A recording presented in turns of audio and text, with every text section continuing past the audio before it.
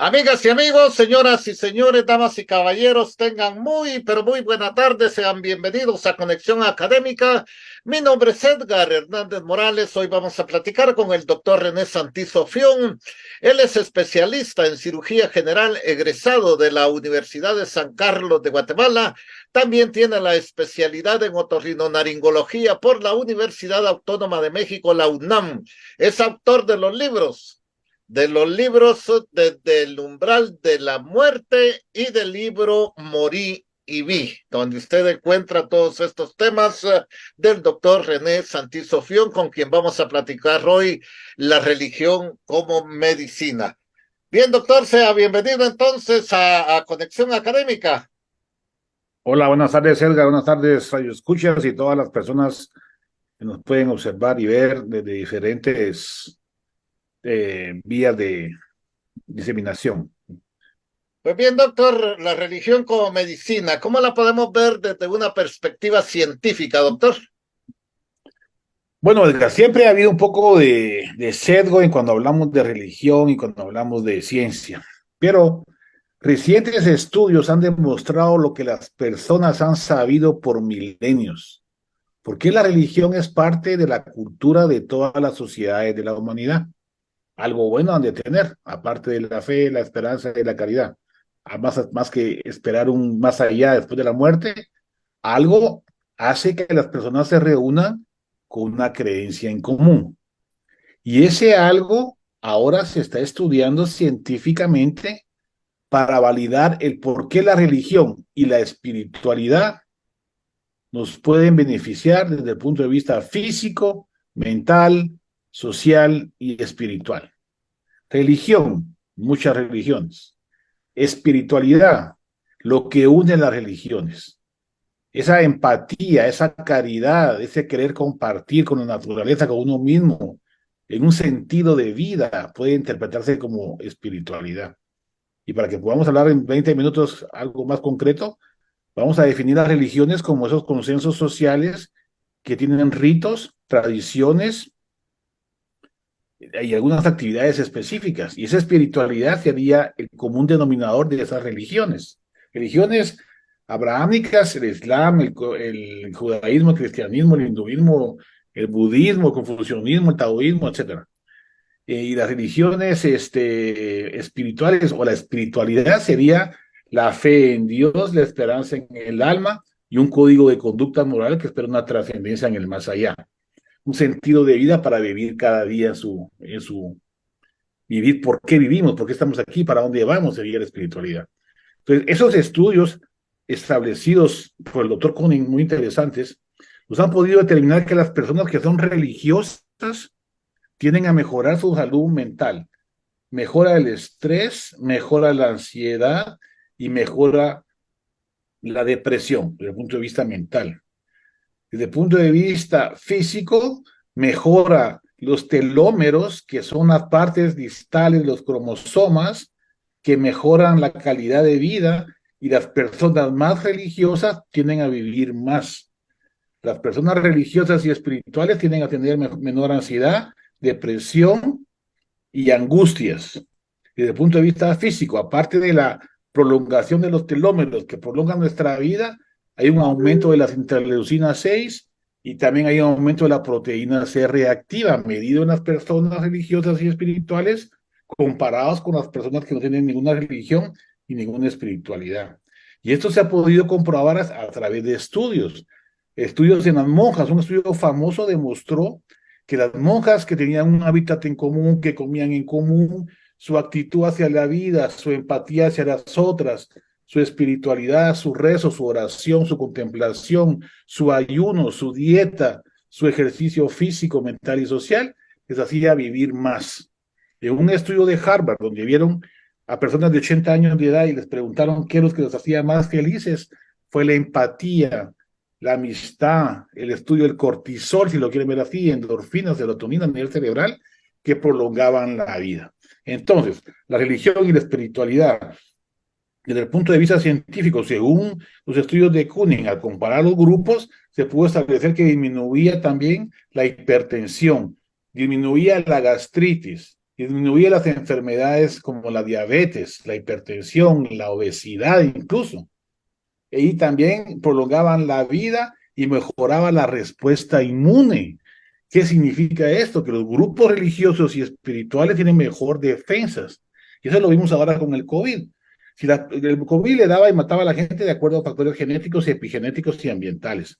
Pero los factores epigenéticos y ambientales relacionados con la salud y la espiritualidad tendían a fortalecer las defensas de las personas y hacerlas más fuertes ante el cáncer, ante las enfermedades crónicas, ante las enfermedades mentales, físicas y sociales.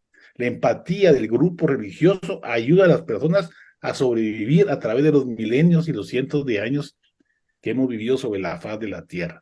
Entonces, la religión, la espiritualidad ayudan a la salud física, mental, social y espiritual.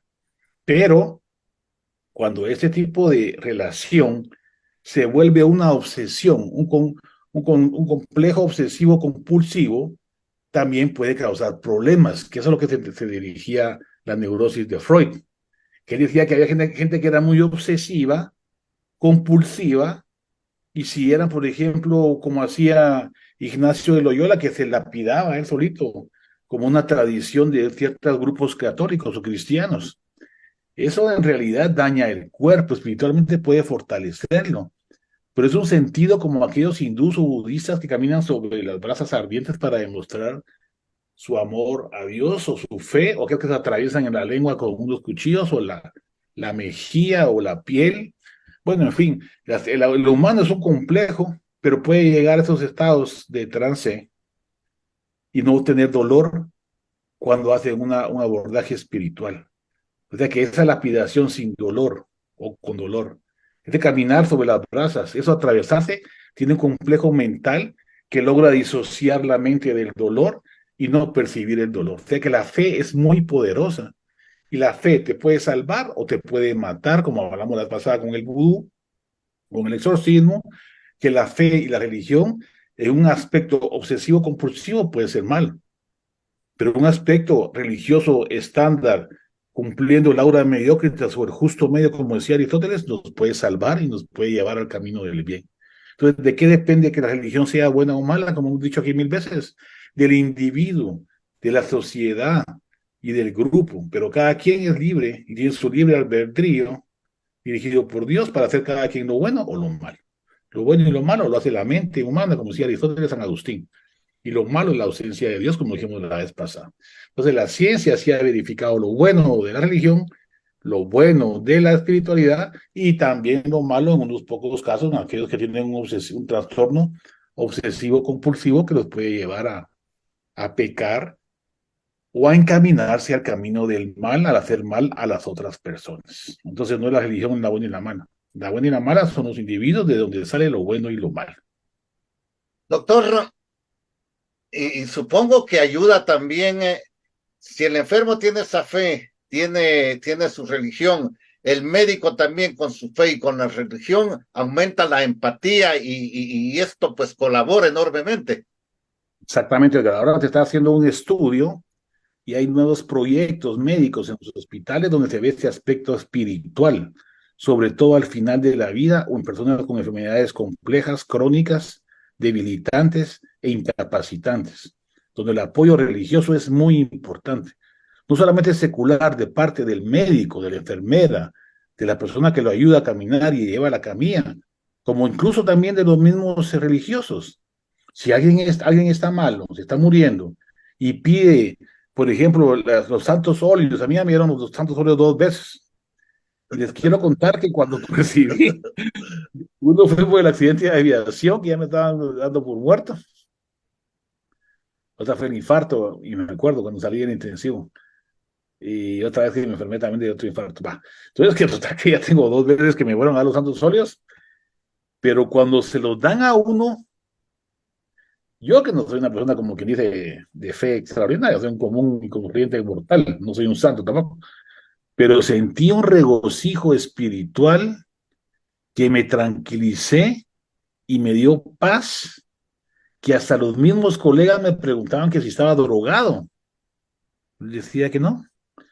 Yo creo que parte fue esos santos óleos que ya me dieron, ya estaba desahuciado, lo que había sentido que me comprobaba que no se acababa la vida, y la fe, por supuesto, la fe es muy poderosa, y eso ayuda a las personas. Entonces, cuando las personas están muriendo, la eutanasia, el bien morir, que sería un buen tema para la próxima vez si quieren, esa eutanasia, el bien morir, indica un apoyo social, médico, familiar, espiritual, económico, social y todo lo que se pueda, todas las perspectivas que le puedan dar a la persona que se está muriendo, pues ya está yéndome a morir, regresé, y mucha gente pues, le pasará lo mismo, y otros se morirán.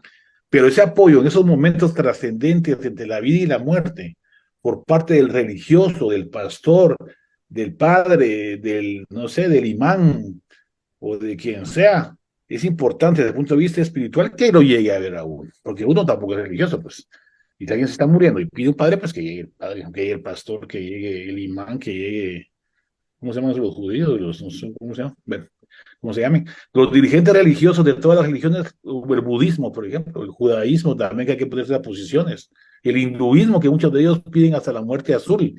La muerte azul es que los ancianos, cuando ya vivieron todas sus etapas de la vida, van a la selva a buscar un lugar para ir a morirse.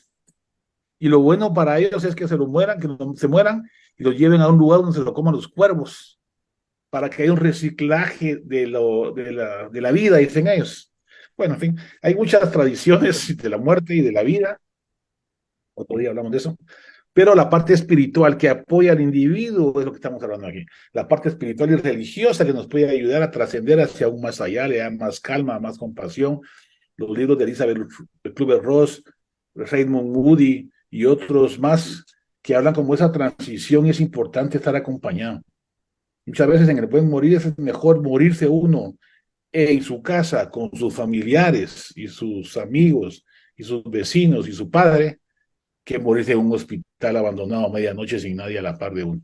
Entonces, eso también es importante desde el punto de vista espiritual para la salud y para el bien morir. Doctor, ahora bien, ¿cómo lo podemos ver desde una perspectiva filosófica estoica? Bueno, realmente lo que hablamos de espiritualidad y de religión desde el punto de vista filosófico podemos interpretarlo desde varias perspectivas. Una de estas perspectivas es el estoicismo. Séneca, Marco Aurelio, Epicteto, y hay un tetrafármaco de Epicuro que dice algo así: la muerte no existe, Dios no castiga, lo malo pasa y lo bueno es fácil de alcanzar. Este tipo de filosofía estoica nos está diciendo que Dios no nos va a castigar, que Dios no nos va a llevar al infierno. Porque él hablaba cuando los griegos eran politeístas, ¿va? Y que vivían así como los humanos, digamos. Entonces todo el mundo tenía miedo que lo castigaran, como nosotros en el cristianismo, que pensamos que nos vamos a ir al infierno. Pues Dios no nos va a castigar en el infierno. Dios nos va a perdonar. Si Dios perdonó a los romanos, perdonó a Judas, perdonó al ladrón y no va a perdonar a sus hijos. O sea, es una cosa, es una situación filosófica profunda. Y un día estaba hablando con un padre. Dije, mire, padre, yo creo que Dios al final de los tiempos va a perdonar al diablo. Le digo. Estamos platicando así en una reunión, tomando café una vez. Entonces, pues Vieras me dijo que pensó primero eso fue Orígenes, que es un filósofo patrístico de los primeros siglos de la cristiandad, que decía eso. Pero la pregunta que sería, bueno, entonces, si al final nos van a perdonar a todos, en el juicio final, donde supuestamente nos van a separar del bien y del mal, y nos van a ir nosotros al cielo, pero yo pienso que Dios nos va a perdonar. Pero para que lleguemos a ese juicio final, falta una infinidad de años, ¿no? Falta un infinito, falta la eternidad y saber cuántas eternidades. Ahora, ¿qué pasa de aquí hasta la eternidad y la final de las eternidades? No sabemos. Si hay un infierno espiritual, donde estás recordando todo lo malo y bueno que hiciste durante toda tu vida, durante un periodo de eternidad, uno, dos y tres o infinitas eternidades, vas a pasar por un infierno tipo purgatorio, lo que yo platicaba con el padre. Pero sin embargo, al final de los tiempos, a ver cuándo será, ¿no? Nos van a perdonar. Pero ante todo, no es tanto que nos hagan perdonar o no. Hay que vivir bien aquí, porque vivir bien aquí, que lo que es el estoicismo es salud, bienestar, felicidad y sentirse bien con uno mismo mientras uno está vivo. Cuando uno habla de los pecados, habla de excesos. Excesos de comer lo va a matar a uno hipertensión y diabetes. ¿Cómo se llama eso cuando uno come mucho? Gula. Si uno tiene lujuria, tiene sexo con todo el mundo, se va a enfermar de sida y se va a morir. Tiene que tener sus pautas sociales, culturales, de tener a su mujer o a sus 4 mujeres según el Islam. ¿Qué más? La ira, la violencia, el egoísmo, la envidia, son resentimientos que nos causan daño mental, daño gástrico, daño hepático, daño hipertensivo. Nos podemos quedar parapléjicos o hemipléjicos o cuadraplégicos. Podemos estar muertos de la mitad del cuerpo para arriba, de un lado o del otro, muertos de arriba para abajo, o muertos de todo el cuerpo, solo la cabeza funcionando por un enojo, por una envidia, por un celos, por egoísmo, por agresión. Esos son los pecados. Entonces, los pecados también son funcionales y físicos. No estamos hablando aquí de religión y ciencia. O sea, que los pecados tienen su porqué. No es que, bueno, también se van a ir al infierno, no, pero los que creen. Pero también los daña en esta vida, en este momento. Entonces, es bueno cumplir con no hacer esos pecados, porque le causa enfermedad, le causa frustración, depresión, angustia y estrés. Entonces, seamos lógicos, racionales y unamos nuestra religión con la ciencia, con la medicina y busquemos nuestro propio bienestar, con el propio bienestar común social y el bienestar común de todo el planeta para que podamos vivir más generaciones. Pues si no se va a acabar el mundo. Bueno, nosotros vamos a acabar el mundo, ¿no? No vamos a acabar nosotros, sino vamos a acabar cuando ya no podamos vivir en la Tierra. Pues el mundo va a seguir con otro tipo de vidas, por supuesto, como el virus, el famoso virus, que uno dice que está vivo, otro dice que está muerto. No, el virus está vivo, sí está reproduciendo. En otro cuerpo, sí. Es un dilema científico que si está vivo, que no está científico, eso no importa. El virus fue lo que originó posiblemente el núcleo celular por una simbiosis entre dos circunstancias vivas, dos elementos vivos.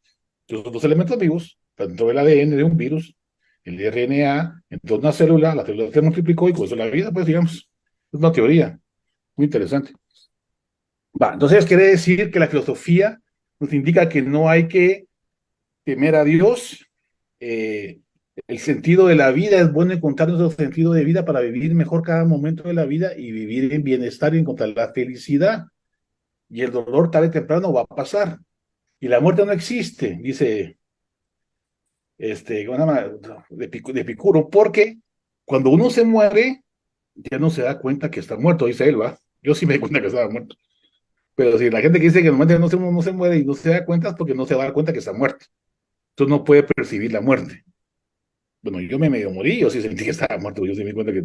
Pero ellos dicen que generalmente no. Entonces yo lo dejo en duda, como muchas cosas en la vida, pero sí les puedo decir que desde el punto de vista filosófico, los estoicos es un buen camino de filosofía de vida, como los budistas, por ejemplo, y los hinduistas y los cristianos que llevan la filosofía de vida, no solamente en la iglesia, los que cuando salen a trabajar de lunes a viernes, igual que los judíos, igual que los del Islam, igual que los del taoístas y los sintoístas y los confucionistas, si llevan ese proceso de vida como lleva Confucio, nos va a llevar a un bienestar común, propio y ajeno, que es la empatía común del ser humano a través de la evolución, que es la filosofía de vida, del bien vivir, del bien morir, asociado a las religiones monoteístas y politeístas. Entonces tenemos la perspectiva religiosa, la perspectiva filosófica, por ejemplo.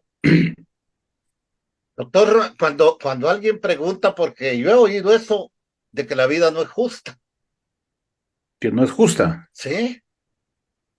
Bueno, en realidad, yo creo que sí, tiene razón el señor que piensa eso. Porque la vida no es justa, porque la justicia también es una creación intelectual humana. Entonces, ¿justa para quién? ¿Justa para mí? ¿Justa para el A? ¿Justa para el B? ¿Justa para todo el planeta? Eso se llama en el posmodernismo y la nueva ilustración de Marco Gabriel. Él dice que sí existe las verdades universales, consecuentemente la justicia universal. Él lo dice. Ahorita estoy leyendo un libro que se llama El hombre como animal o algo así. Va. Entonces encontré una parte muy interesante que la voy a subir a mi página donde él dice, Todos consideramos que en una guerra bombardear hospitales está mal. Entonces, yo me pregunto, bueno, ¿está mal o no está mal? Si yo digo que ahí están los de Hamas y bombardeo porque Hamas está ahí, estoy bombardeando, porque para mí es algo bueno, como los judíos, como los de Israel. Pero para los palestinos no, porque están matando a más gente. Entonces, ¿es justa la guerra? No. ¿Es justo el buen vivir para todos los seres vivos del planeta? No. Unos van a tener más, otros van a tener menos. Y la ley ni hablemos. Pero entonces quiere decir que la justicia es la justicia divina, la verdad universal, Dios, el todo. Es una idea mental de utopía, como la ciudad de Dios, de San Agustín, como la isla, ¿cómo se llama? Utopía, por cierto, se llama la isla Utopía, que también no existe, una isla donde todos se lleven bien, todo, que todo sea justo. ¿Por qué? Porque la vida no es justa. La vida, hay muchas injusticias y es parte de la vida. Si no, imagínense, todos estaríamos iguales, todos viviríamos iguales, todos comeríamos iguales, todos sería igual. No va. La misma naturaleza está hecha para que no haya un equilibrio. Acordémonos del principio de la entropía, la segunda ley de la gravitación, que dice que todo tiende al desorden. Es lo que dice la física. Yo también ya lo había pensado, yo te lo acabo de leer también en el libro de Marcus Gabriel, que tiene que haber una entropía negativa para formar la conciencia y los cuerpos, ¿verdad? Sino como, y eso es un equilibrio. Pero para que llegue a eso, hubo un aumento y una disminución, un desorden y un orden. Y ese orden y desorden es lo que guarda la relación de injusticia, entre comillas.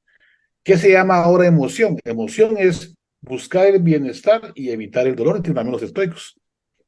Y esta búsqueda del bienestar y evitar el dolor es el principio de emoción y de pensar, lo cual puede ser de alta o baja intensidad. Entonces, si tenemos bienestar y alta intensidad, estamos alegres. Si tenemos bienestar y baja intensidad, estamos tranquilos. Y tenemos baja intensidad y malestar, estamos tristes. Y si estamos molestos y con alta intensidad, estamos enojados. Entonces, a partir de eso, creamos una infinita posibilidad de emociones, que es la nueva teoría de la construcción de las emociones. Entonces, quiere decir que las emociones y la conciencia está en cualquier ser vivo, en cualquier célula, en cualquier gusano, en cualquier cosa que se pueda mover y reproducir, incluso los virus. Entonces quiere decir que nuestros conceptos de pensar y emocionarnos están en nuestra mente. Y la capacidad de la mente de crear religiones, filosofías, ciencias, lo bueno y lo malo es el árbol de la vida que nos enseñaron según la Biblia. El árbol de la vida misma, que todavía no sabemos cómo prolongar nuestra vida, pero algún día lo vamos a saber, o las religiones o las filosofías o las ciencias son constructos abstractos mentales como la verdad y la felicidad. ¿Qué es la felicidad? Cada quien ponga el nombre que quiera, cada quien ponga la definición que quiera, porque son conceptos abstractos. No podemos estar todos de acuerdo para ser felices. Y esa misma incapacidad utópica de buscar la felicidad, que no se busca, ¿eh? Es mental, se encuentra dentro de nosotros. La felicidad está adentro, no afuera. No está en un carro, ni está en una casa, ni está en sexo, ni está en comprar una cosa de oro, no. La felicidad está en la mente y la neurociencia del bienestar y la psicología positiva han demostrado que todo lo que es material pasa por una adaptación hedonista en el término de 6 meses o un año, si quieren. Entonces, que gana la lotería, al año va a estar igual que antes, con más pistos, si quieren, pero más problemas. Entonces, ya no va a tener la felicidad que tuvo cuando ganó la lotería. Yo compro mi carro, dentro de 6 meses de tener carro, ya ni siquiera cómo le pongo al carro. O una ropa que la dejo después de usar, o se arruga, o se raya, o lo que sea. Entonces, quiere decir que lo material no es la felicidad, que es lo que dicen los estoicos también. Que el bien común está en la cabeza, en la mente, en el espíritu, el buen vivir, dicen ellos. Doctor, Eudimonio, ¿sí? sí, doctor, ya para ir finalizando, doctor, ¿cómo lo podemos ver desde una perspectiva religiosa? Es interesante, Edgar, porque, por ejemplo, yo hice los ejercicios espirituales de Ignacio de Loyola, aquí en Misco, estudiando qué era la meditación, la reflexión, la hipnosis, autohipnosis y todo lo demás. Y vieran que los ejercicios de Ignacio de Loyola, también leí el libro de Ignacio de Loyola, también leí sus ejercicios, su vida, incluso fui a la cueva donde él estuvo, por eso tuve la suerte de visitarlo, la cueva esa.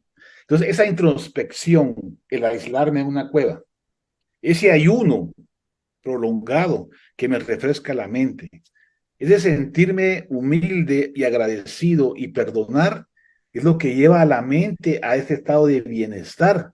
Entonces, el ejercicio espiritual de Ignacio de Loyola, la meditación budista, o la liberación, digamos, la oración, la contemplación, el leer y enfocarme, como dicen los libros espirituales, un pedacito de la Biblia, de imaginarme, lo decía el padre en esa ocasión, que fue en diciembre antes del COVID, por cierto. Esas son técnicas de hipnosis, son técnicas disociativas, son técnicas que Ignacio de Loyola ya lo describía en el siglo XVII, creo que no sé qué año fue cuando estuvo vivo, pero por ahí. Entonces quiere decir que es un instinto humano innato que nos lleva a orar, a contemplar, a postrarnos ante Dios, a reflexionar y pensar en el más allá, pensar en la divinidad, pensar en lo que no podemos entender. Y eso nos ordena el cerebro, nos causa bienestar y neuroplasticidad y nos va a causar una mejor vida, prácticamente. Bien, doctor, muchísimas gracias por compartir con todos los oyentes del 92.1 de Radio Universidad y de Conexión Académica, doctor. Muchísimas gracias. Buenas noches. Bien, amigos, llegamos al final entonces de un programa más. Esto fue, perdón. Hoy estuvimos con el doctor René Santizo Fión. Él es especialista en cirugía general y egresado de la Universidad de San Carlos de Guatemala. También tiene la especialidad en otorrinolaringología por la Universidad Autónoma de México. Es autor de los libros Desde el umbral de la muerte y del libro Morí y vi. Hoy platicamos con el doctor René Santizo Fión. El tema de hoy fue religión como medicina. Bien, amigos, muchísimas gracias. Esto fue Conexión Académica.